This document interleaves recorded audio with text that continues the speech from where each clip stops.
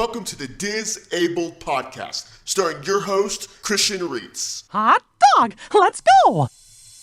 Welcome to the Disabled Podcast, the show that incorporates disabilities with the magic of Disney. Welcome to episode number 7, entitled The Disney Theme Parks, Part 4, Disney's Epcot. Be sure to use our hashtag the Disabled Podcast when sharing this podcast to all social media platforms. Again, that's hashtag the Disabled Podcast when sharing this podcast to all social media platforms. And now, here is your host, Christian Reitz.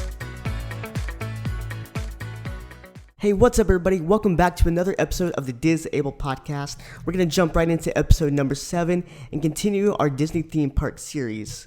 But first, I hope you guys have had an amazing Thanksgiving weekend a couple of weeks ago and ate lots of food and really had some fun with family and all your loved ones.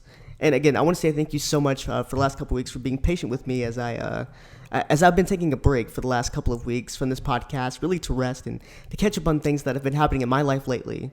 And don't worry, though, I promise that next Saturday, we will be back to our regularly scheduled programming at 7:30 p.m., which, by the way, if you don't know already, that's our new time for the Disabled Podcast. So it used to be 5 o'clock, but now it's 7:30 p.m., and that's because a lot of editing okay, let's be honest. I really did 7:30 p.m. for you guys because I wanted to give you guys the best quality and the best content and the best editing in these podcasts. So let's dive right on in. And let's finish out this series we've been doing on the Disney theme parks. And let's talk about our final park in this series. And that is, of course, Disney's Epcot. But first, the latest in Disney theme park news. The Walt Disney World Resort is celebrating its 50th anniversary from October 1st and lasting through the next 18 months at all theme parks, resorts, and more. With so many new things to experience, this magical celebration is sure to be a hit with the entire family. So be sure to reserve your spot soon. So let's jump in. So you can jump in Disney's and all of the Epcot. magic now, of if the you Walt take the Disney bus World or the 50th monorail anniversary. to Epcot, which, by the way, the monorail is probably the most popular mode of transportation to take to Epcot. So if you either take the Epcot monorail or the bus, when you get to Epcot, you're going to see, of course, a big icon, okay? But before we even get to the icons, we start talking about the theme parks, let's dive into a little bit of history on Epcot. So Epcot, or as it's not really commonly known as, the Experimental Prototype Community of Tomorrow, actually opened on October 1st, 1982, and it was conceived by Walt Disney himself to take its cue from the new ideas and new technologies that are now emerging from the creative centers of American industry. So really, this theme park is kind of like an Apple store, right? You know, Apple's always trying to come up with new ideas. Well, that's really what this theme park is all about. Now, Epcot only consists of 2 primary themed areas, which are Future World and the World Showcase. Now, Future World features attractions that focus on energy, communication, the land, our environment, the ocean, imagination, transportation, and space exploration. And centered around that is a beautiful reflective lagoon, which is known as Epcot's World Showcase.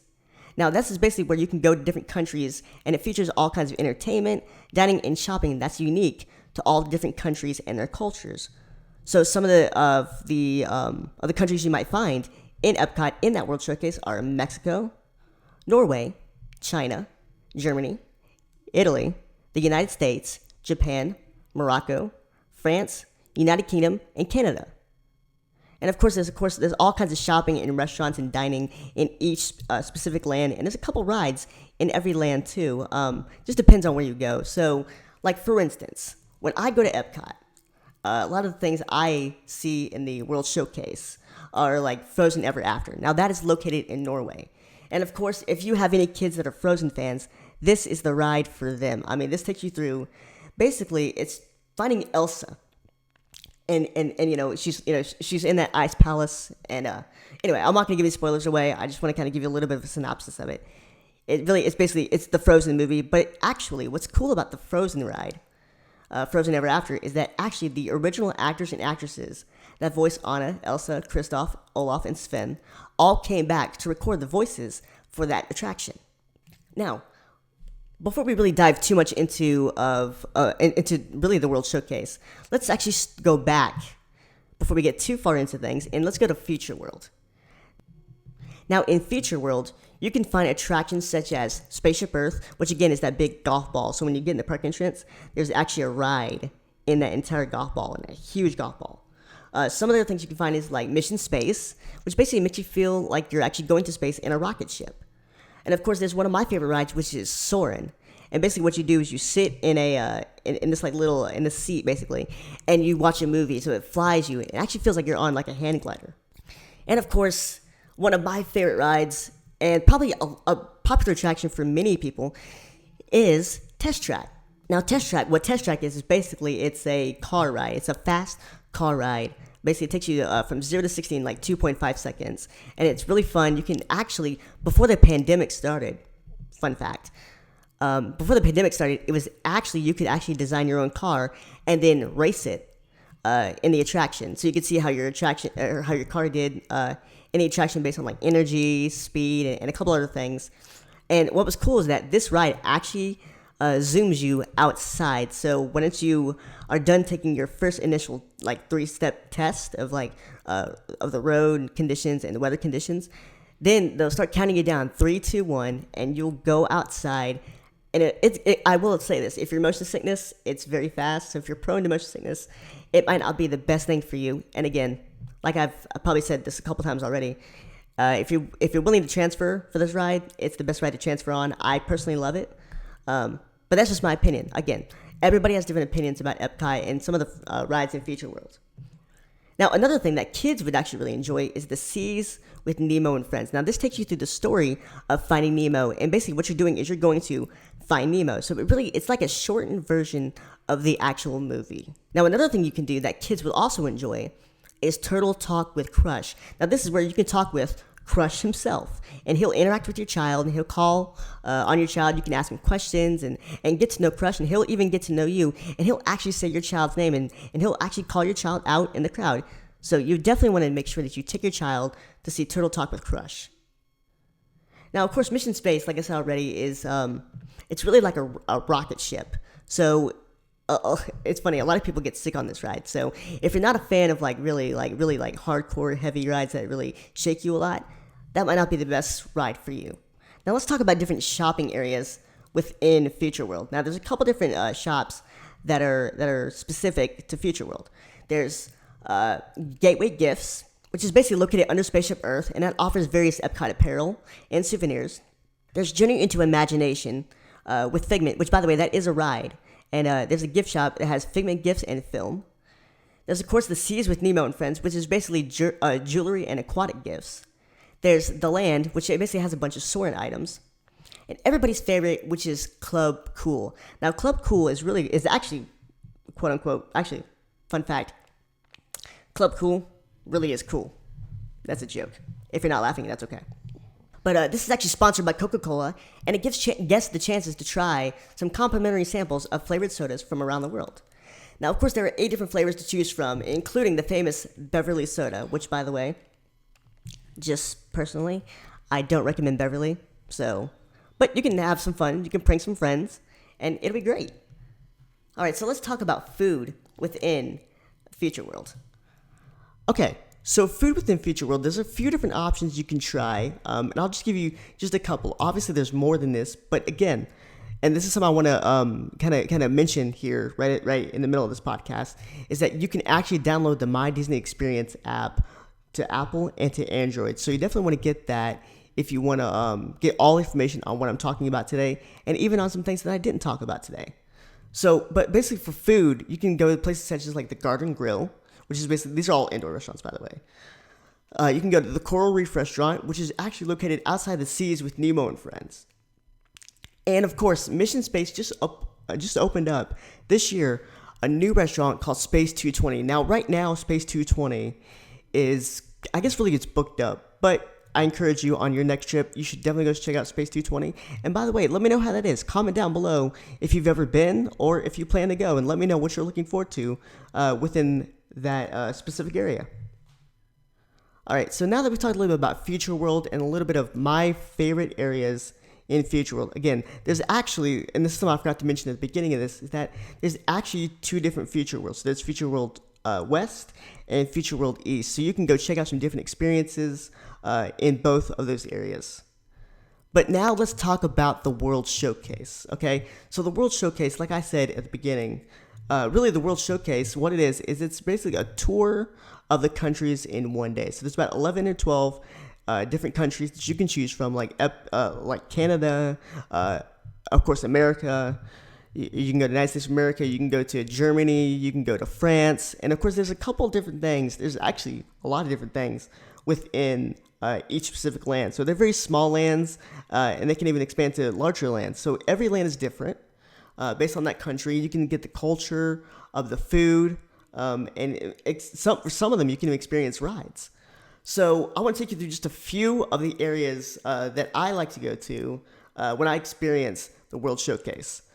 So obviously what I do when I've experienced the World Showcase is I go through all the lands and I kind of just pick out different spots. But my family's favorite place to go to is, of course, Germany. My dad was actually born in Germany. So it was kind of cool to experience that kind of culture and experience the food, which, by the way, if you haven't experienced the food in Germany, you need to go to Germany and experience that food because it's really, really good. I had schnitzel for the first time and I didn't even know what that was. So there's actually a restaurant, and I can't remember what it's called off the top of my head right now, in Germany. So you definitely want to go make sure you check out Germany. Now, the German restaurant that's actually located in the Germany Pavilion is reservations required. So you'll need to get about 60 days or 120 days in advance. I'm not really sure on that, but if you comment down below, or maybe I can add some stuff here in the description box below, or if you have any questions, I can answer this as well. About that, I can give you some information. But anyway, yeah, that's one of the cool places. Now, in Norway, let's talk about Frozen Ever After. Now, of course, this tells the story of the Frozen movies, and basically what they're trying to do is they're basically trying to get you to Elsa, to go see Elsa and to experience just a magical night with Elsa. So you actually get to go inside her ice palace, and it's actually a boat ride. So if you're in a wheelchair or ECV, you will need to transfer for that specific attraction. Now, of course, like I said before, really what Epcot is doing is over the last year, they've kind of been revamping some things. So now, actually, what that whole place is called, it's still the World Showcase, by the way. So it's really still the World Showcase. But obviously, things around Epcot, let's just go back and talk about Epcot real quick. Epcot really has changed a lot over the last year and a half. So now they actually have a few different theme lands, which is like World Celebration, World Discovery, the World Showcase, obviously, and of course, I think that's actually it. So like in the World Showcase, you could experience rides such as in the China Pavilion, they actually have a 3D circle vision. It's not 3D. It's a 360-degree film called Reflections of China.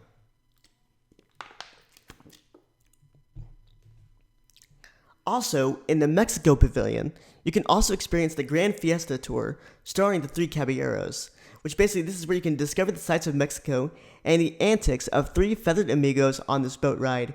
And I've actually seen, yes, for you fans of Donald Duck, this is the Donald Duck ride. So you can definitely go there and check that out.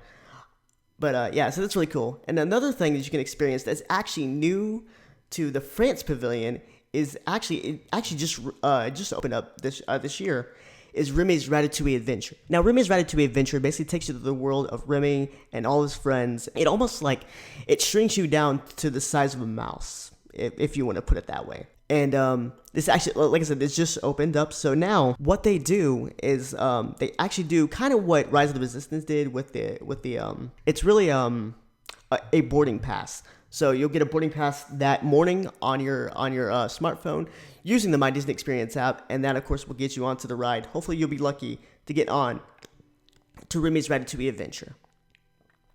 Now, if you're looking for a few dining places, of course, like I said, in every place there's all kinds of different dining, but like in the American Adventure, there's, of course, Joffrey's, and of course, Joffrey's is everywhere in Walt Disney World.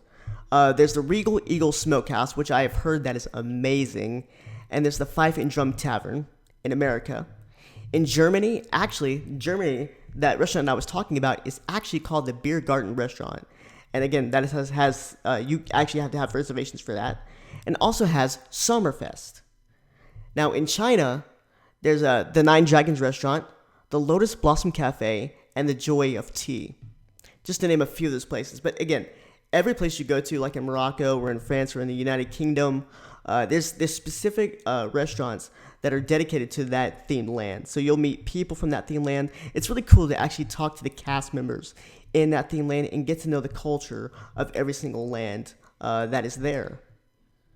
So now let's talk about some character sightings. So in each themed land, you'll see some different characters. And of course, there's right now, because of the pandemic, there's different cavalcades that might come by. Or you might go to a specific area and see a character that's behind bars. I know it sounds like it's prison, but it's not. But they're behind like a barred area or maybe a wooden fence, and you can talk to them through there. They're about 6 to 7 feet apart. So your child can still get a picture with that character when they go to meet them. But obviously right now they can't do autographs. So really right now they can't do autographs. But you can do pictures and you can interact with them. It is from a distance, but hey, if your child wants to see a character, that's really a cool thing to do. And really, characters make up Walt Disney World. So like in some places where you'll find, for instance, you'll find Belle in France. So she'll be meeting guests in France. You might find Alice in England. So be sure you're on the lookout for all the characters. Now let's talk about some of the entertainment. Now, of course, in every little area there is a little bit of entertainment, but let's talk specifically about the nighttime spectacular. Now, of course, Epcot, if you're a big Epcot fan like I was, Epcot really had that one fireworks show, which was called Reflections of Earth. If you all remember that was a really cool show. I didn't get to see it personally, but I've seen it on YouTube, and it looked like a really, really amazing show with a lot of fireworks and with the globe and everything. Well, now they actually have a new show in Epcot called Harmonious. And basically, Harmonious kind of takes you through more of the countries. And really, actually, what's cool about Harmonious, if you were on YouTube and you saw the live stream, is that it's really the barges. So if you're into production like I am, and again, you can go check out my story of how I got into production and all that in episode number 2. Really, it was kind of cool because I saw all the lights and the way they worked the fireworks into it and all the fountains and the projection and the music. It's really cool. So it takes you through, actually, I'll give you a little spoiler alert. Okay, so if you don't like spoilers, please skip ahead or turn off now because this is a big spoiler. So one of the songs, I won't mention the song name, it starts off in English, and then it goes into different languages as it gets throughout the song. So there's different tributes to like Moana, and a few other Disney movies that I can't think of off the top of my head right now. But that is the biggest thing. And again, that is free with park admission. So you want to make sure you check out Disney's Harmonious when you visit Epcot very soon on your next trip. Well, guys, that's all the time I have for this week's episode of the Disable podcast. Again, for anything I've talked about, or maybe you're confused, because I know I did jump around a little bit, for any information you want on the Disney theme parks in Epcot or Magic Kingdom or any theme park that I've talked about in this series, be sure to download the My Disney Experience app, or you can go to the Walt Disney World website and get all the information you need to make your trip the most magical trip it can be. Have a wonderful day, everybody, and we'll see ya Real soon.